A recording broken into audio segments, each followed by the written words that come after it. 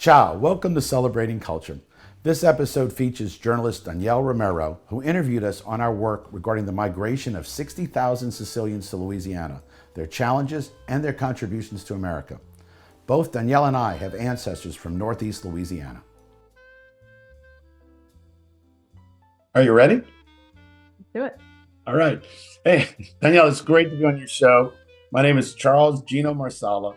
I'm from New Orleans. I went out to California and ended up becoming mayor of Atherton, California in 2006. And then I came back to Louisiana, and I'm currently the president of the American Italian Federation of the Southeast. And I decided that I wanted to tell our story. So I have a show on PBS here locally at 9 o'clock called Celebrating Culture. And we've been doing a lot of documentaries about the Italian migration into Louisiana. It's amazing. Your channel is so professional, and I'm going to send people over there, and I'll link to it. But if you want to see his channel, it's just AWE News at YouTube. But I'll link to it. I'm amazed by how professional. And they only give me some tips because I feel like you just go out there and talk to people, and it looks so easy for you. And the cameraman, who's actually my production manager, and it really a lot of credit goes to Joey Harmon. He does phenomenal editing. Sound, he does everything, and we've been nominated for 3 Emmys. Yes, Danielle, the success of the show, Celebrating Culture, can be attributed to having great guests with great stories to tell. But we've also received great coaching and help. When Joey and I started working together in 2015, the first project was to bring attention to endangered species such as elephants, rhinos, and lions. Basically, a modern-day version of Mutual of Omaha's Wild Kingdom, but adding that many species are today endangered in the wild. At that point, Ron Yeager and Jim Dodson of WLAE-TV picked up our show and began coaching us. During one meeting, Jim pointed out that we needed to add drone footage. Shortly after the meeting, I received an email from Steve Sobrato of Bumblebee Productions offering to drone for us. Steve's work is amazing and took our documentaries to a new level. We started droning Louisiana coastal restoration projects, and then we added droning our Louisiana cultural episodes, such as Homer's House and the Great River Road Museum. When I moved on to the Sicilian Immigration Project, Frank Maselli was honorary consul and a director of the American Italian Cultural Center. Frank introduced me to his Italian connections around America. At Frank's Christmas concert in the Italian Piazza, I met band leader and songwriter Lena Prima. She came up with an idea for us to do a variety show called Bonacera, Louisiana, which is also on WLA-TV as well. We've started work on our next series, which is Route 66. Route 66 was founded in 1926 and goes over 2,400 miles from Chicago to Los Angeles. The best way to describe Route 66 is 150 towns, with each one being a pearl, and strung together to make a beautiful necklace. That's a good That's great, Dad. So what was your experience as a kid versus maybe your dad's? Was he also born in New Orleans, or where was he from? Was born in Monroe. Yeah. And, I'm 4th generation here. And oddly enough, there was a little Sicily, a little Italy in Monroe, Louisiana.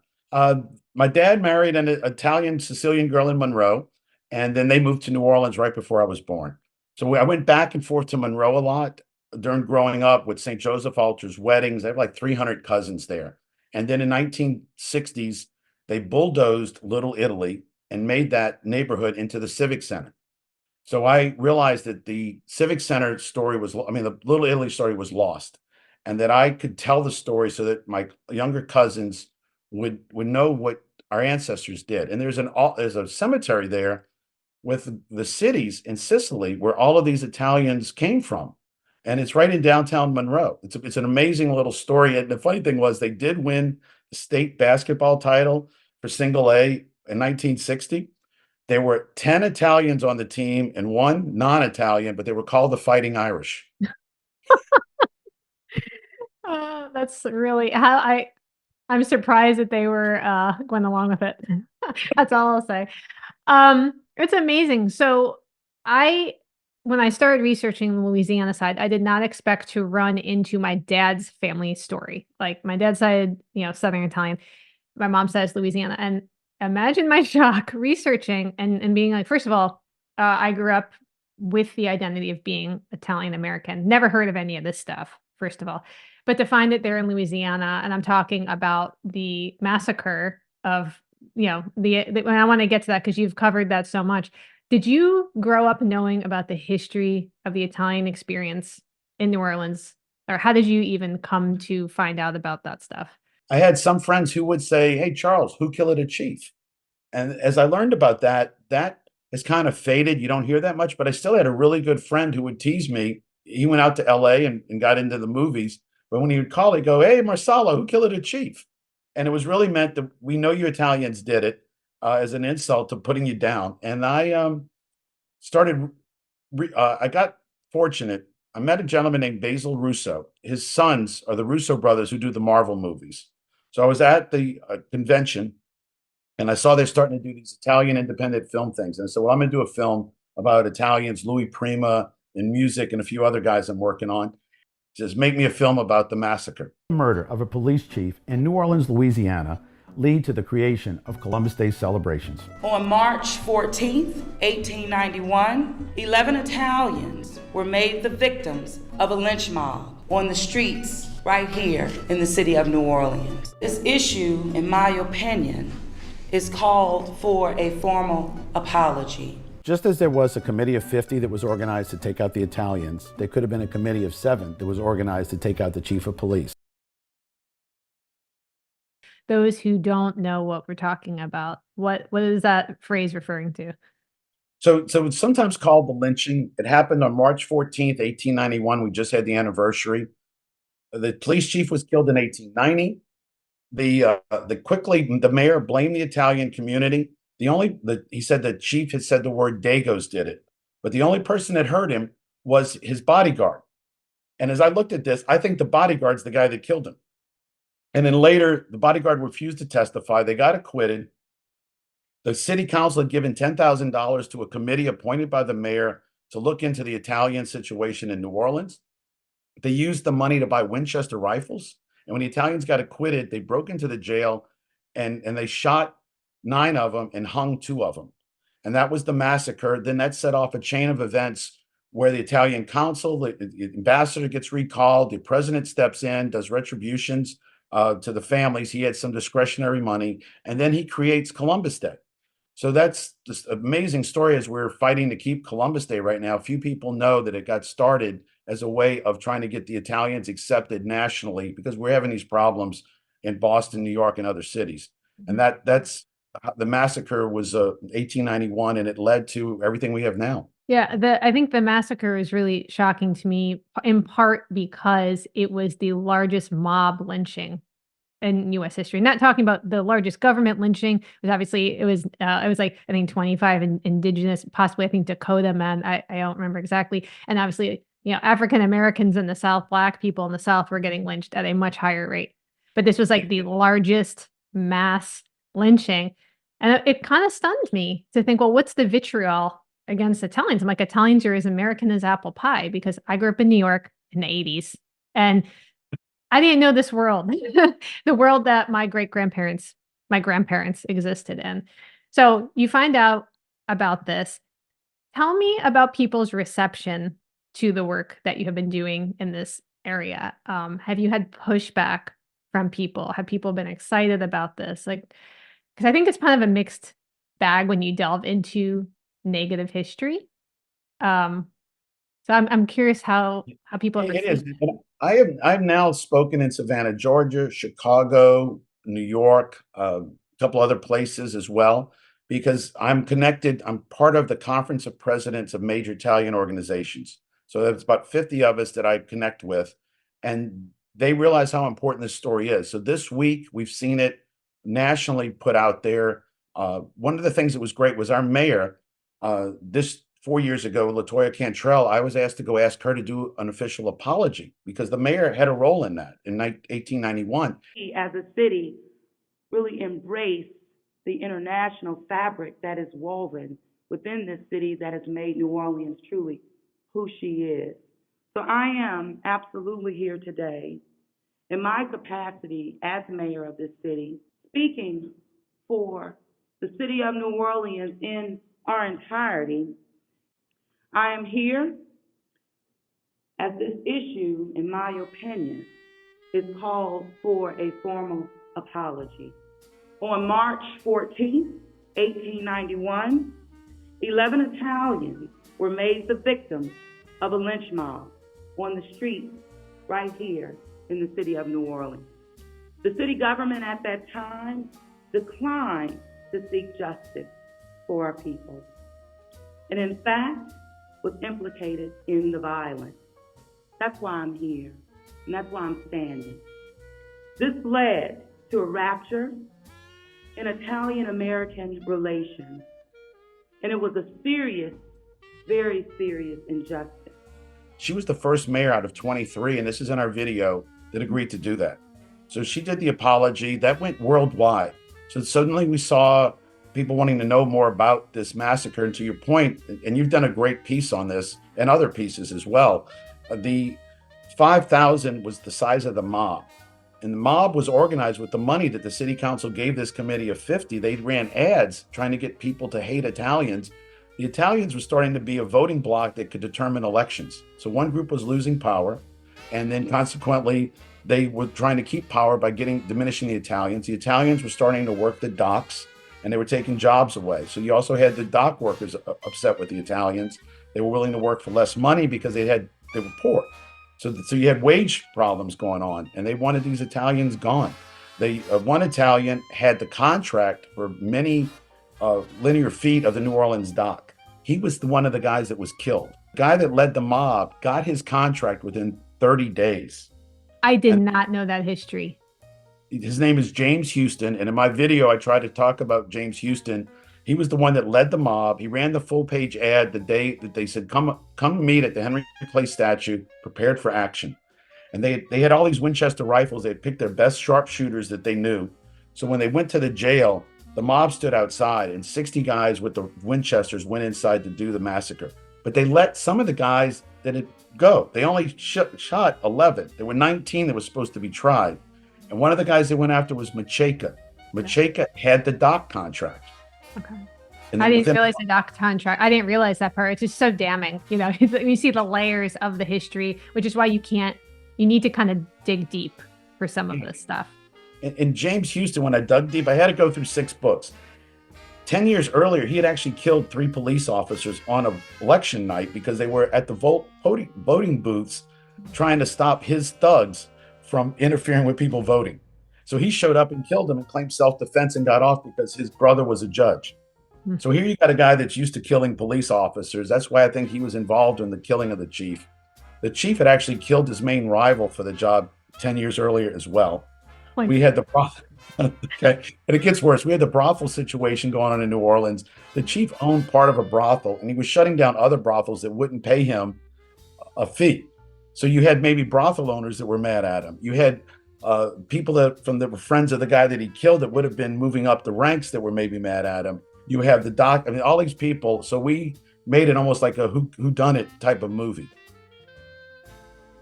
Generosity, kindness, faith. And I brought those values with me to the White House. And it's my absolute honor to serve as the first Italian-American First Lady.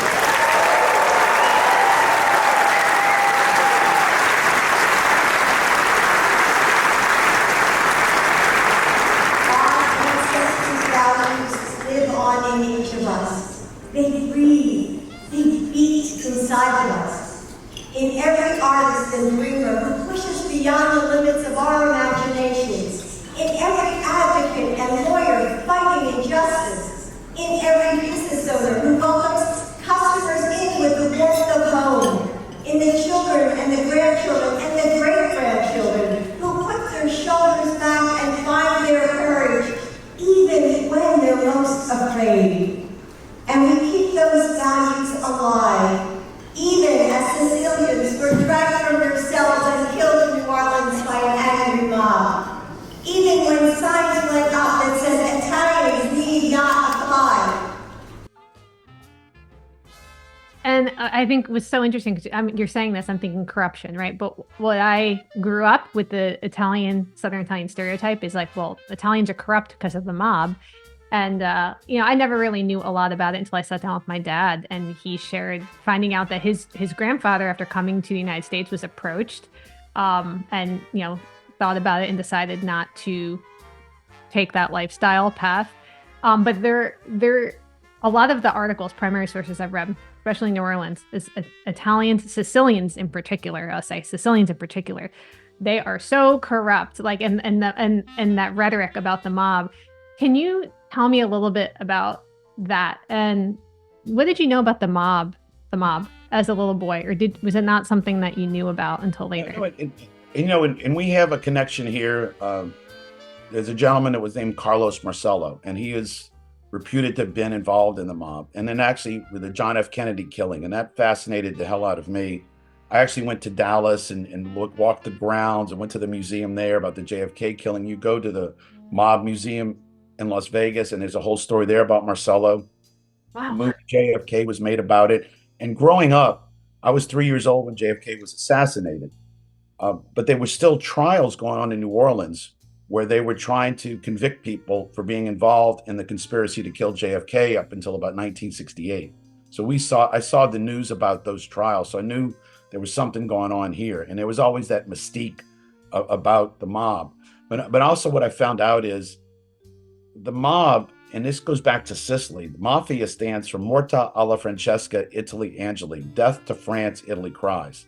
So the mafia got started to get France out of Sicily in around 1226. And then you have this group, the Sicilians were needing to defend themselves. So when they came over here, I'm told that if a Sicilian girl got, nobody cared. Police didn't do anything, DA didn't do anything. So the Sicilian men started becoming their own police force. And that is sort of how the mob story gets going on, is that we were over here and nobody cared what happened to us. So the end result is you formed your own civic association to protect your own people. Mm-hmm. And that's sort of how it gets started.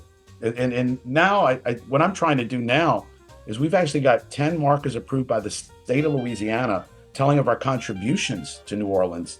And I can't get the city to let us put them up. So it's strange that the state has approved that they're accurate, but the city doesn't want our story told of some of the things that we did positive here.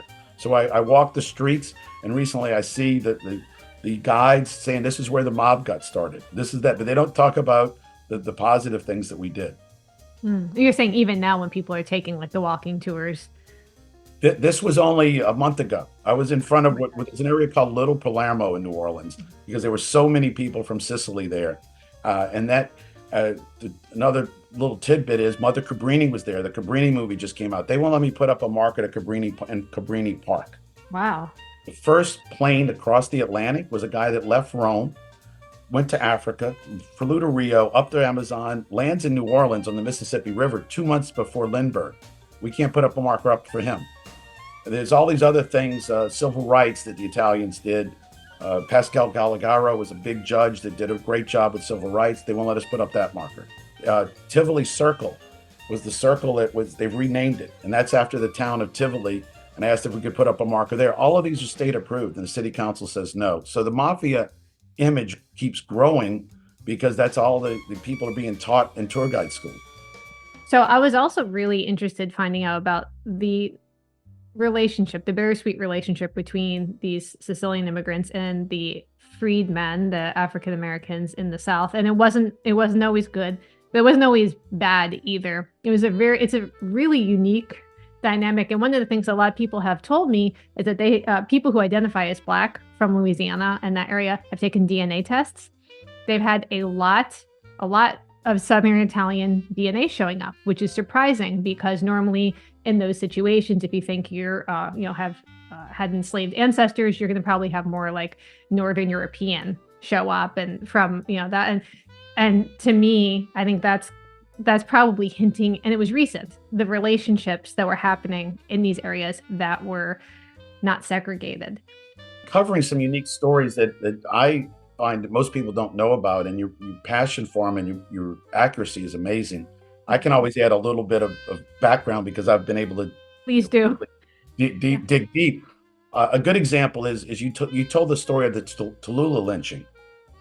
What I would add to that story is the Sicilians came over here with no animosity to African Americans.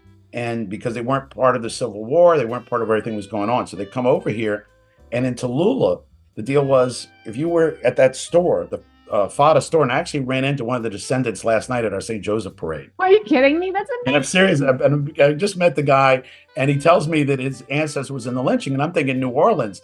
And he says, oh, no, the Tallulah lynching. Wow. Yeah, and I actually did go up when they dedicated the markers in Vicksburg where they buried the people. We got that marker put up 4 years ago, and I interviewed some of the descendants that had flown in for that event. So that story is that family, if you were in line to buy, rice or whatever at their grocery store, you were in line. And white people would come in saying, well, I get to get in front of the black person. And the Italians would say, no, you don't. So there was an animosity to the Sicilians in Tallulah to that store. So besides the deal with the goat, you have the fact that they did not discriminate. Okay, there was no segregation going on in the Sicilian community. And I'm reading about Louis Prima because we're doing Louis Armstrong, a lot on music right now. Louis Armstrong was playing at places owned by Sicilians, the Matrangas, okay? And he lists and he talks greatly about how they cared for his mother and everything else. So as I read things, and the piece we're working on right now is on Cosmo Matassa, but this is 1940s. He's working with Dave Bartholomew, who's an African-American, and they're recording Fats Domino, Ray Charles, Little Richard, all at his studio. So the Sicilians did not have this segregation thing going on. They were violating it frequently, and it was maybe sometimes to their demise. So that was part of what was happening. Now, that's not saying it was 100% that way, but clearly in music, for sure, and in other places, there was no problems, because I look at the neighborhood we lived in Monroe, where Little Italy was. It's right next to the African-American neighborhood. And so there was this mixture of the cultures and it ended up in music and many other things. That's beautiful. And I read this interview. I think it was maybe somebody's thesis paper for their PhD, but they were interviewing people in Shreveport. And they were asking people who were identified as Italian and Sicilian American about the desegregation experience. These are people who lived through that in schools. And one woman was just recollecting that to her, it was just like now she got to see her friends at school because she had grown up playing with the kids in the neighborhood who were considered Black, but they were in adjoining neighborhoods. And still, though, in this circumstance, the Sicilians were considered white enough to go to school, whatever that means, to the white school. But after desegregation, now she had her neighborhood friends with her in school. Was there something along this journey that just kind of shocked you? Because there's definitely been times where I'm researching and I come across something and I'm like, I need to tell all of my family right now what I just found. When the Civil War started, it really wasn't about slavery, in my opinion. We had tariffs, we had some other issues going on. Lincoln doesn't say I'm ending slavery. Okay, the war gets started. He's losing. He sends an ambassador over to Italy because there was a guy named Garibaldi who had just unified Italy in 1861 in March. So now we're into October, okay? And they go find Garibaldi because he was this great general. He had lived in New York for a couple of years. They said, will you come back and be a general in the Union Army? And he says, if you make the war about ending slavery. So a year later, Lincoln decides to do that. And I feel like that's one strong thing that we have to think about is that Garibaldi was known as a freedom fighter. He fought in South America on this. He said, we're going to end slavery in America and then end it throughout the Western Hemisphere. That was his offer to Lincoln, that he would take the position if Lincoln would do that. The ambassador said, we're not in a position to do that. So Garibaldi refuses the offer of Lincoln to do that. Another little tidbit there, as I found out, is the guy under Garibaldi was from New Orleans during those Italian wars, and his name was Wheat. So Wheat had fought in the Mexican-American War here. He's fighting as a mercenary under Garibaldi. They've got 12,000 Sicilian POWs now in 1861. And he says, hey, there's a war breaking out in America. I want to go back. I'm going back. Can I take some of these POWs? And Garibaldi says, yeah, we won't have to feed them. We won't have to worry about them guerrilla tactics. We don't know what to do with them. Get them out of here. So 1,200 Sicilians leave Naples and come to New Orleans. And that's the beginning of the Tiger Unit of the Confederacy that became the LSU Tigers. Wow, it's so wild. I did not know that. I do now, when you were talking about Garibaldi writing that letter back to Lincoln, I remember reading that a long time ago. That is something that I feel like needs to be in every American history book when we're talking about this stuff. And I know not everything can fit in but has made me sad that, growing up, my experience of identifying with my dad's Italian heritage is I didn't know any of these people to be proud of. I didn't know that there was all of these heroes. You know what I mean? You have Columbus, who's kind of become more than a man, is standing in for all of the people that we should know that we don't know about. There's 15 books on Columbus back behind me right now. And I will add this because I know this is a hot topic, and this is some of the things I'm working on. Columbus, in my opinion, is he an explorer or is he a conquistador? And the more that I'm finding out, I'm hoping to go to Genoa in May and study him there a little bit more, is that he's from Genoa. He doesn't get the Italians to fund his trip. He tried to get the British to do it. So he ends up getting the Spanish to do it. Well, the Spanish had just finished the war of the Reconquista War, taking Spain back from the Muslims. And they had all these soldiers. So on his second voyage, they send a lot of these soldiers with him. He's really trying to get to India to try to take back Jerusalem, and hoping that the people in India will help him take back Jerusalem. So he's looking for the passageway to get there. He's really not worried about trying to do anything and conquer. The conquistadors come over, Cortez and all these other people, and he is being blamed for those actions. He was really out at sea the 12 years from his first voyage to his fourth voyage. He actually had a 1 year where he was stranded in Jamaica. The ships fell apart, and he was on an island for a year. The other people, we're looking to do a story that explains all these other people that were really the Spanish governors during his period that he's being blamed for. Because I think there's so much to talk about it with Columbus. We have 6,000 things in America named after him. And he would be like the Columbia space shuttle. Columbia was the name of the Apollo rocket that landed on the moon, the command module. Columbia was a ship that's at Disneyland that I'm going to go to next month to ride. There's a ride in Disneyland, the Columbia ship, that came right after we became a country. So, Columbia as a goddess before the Statue of Liberty was seen as what America was aspiring to be. And then this is something that's pretty neat that I did find. I think you'll find. So one of the things we have right now is to educate on the Columbus and Columbus Day reasons, and hopefully that we don't see that day get lost, and we're working now. The Native Americans, you talked about the Dakota tribe, they have actually, or nation, excuse me, they have partnered with us to form the Native American Guardians Association. They want to see Columbus kept.